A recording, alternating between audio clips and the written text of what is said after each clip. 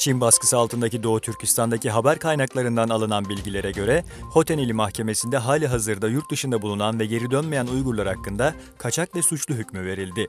Onların şahsi mallarına ve konutlarına Çin hükümeti tarafından el konulduğu bildirildi.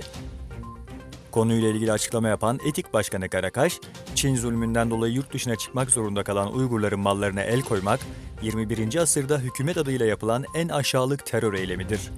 Çin'i bu yaptıklarından dolayı kınıyor ve dünya kamuoyuna gereğinin yapılması çağrısında bulunuyoruz, dedi.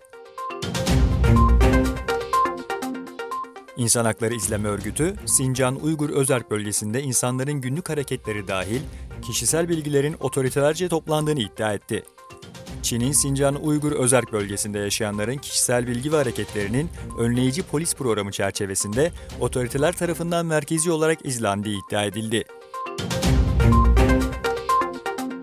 Cumhurbaşkanı Başdanışmanı Sayın Gülşen Orhan Hanımefendi, İsveç Uygur Marif Cemiyeti'ni ziyaret ederek cemiyet yöneticileri ve Doğu Türkistan camiasını dinledi.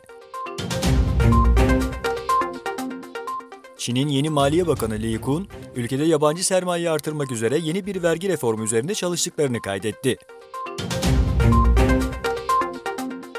Türkmenistan bugün sandık başında. Sabah saatlerinden itibaren sandık başına giden Türkmenler, parlamentonun yeni üyelerinin yanı sıra yerel halk meclislerini ve yerel yöneticilerini de belirleyecek. Amerika Birleşik Devletleri, başkent Washington başta olmak üzere tarihi bir eyleme sahne oldu.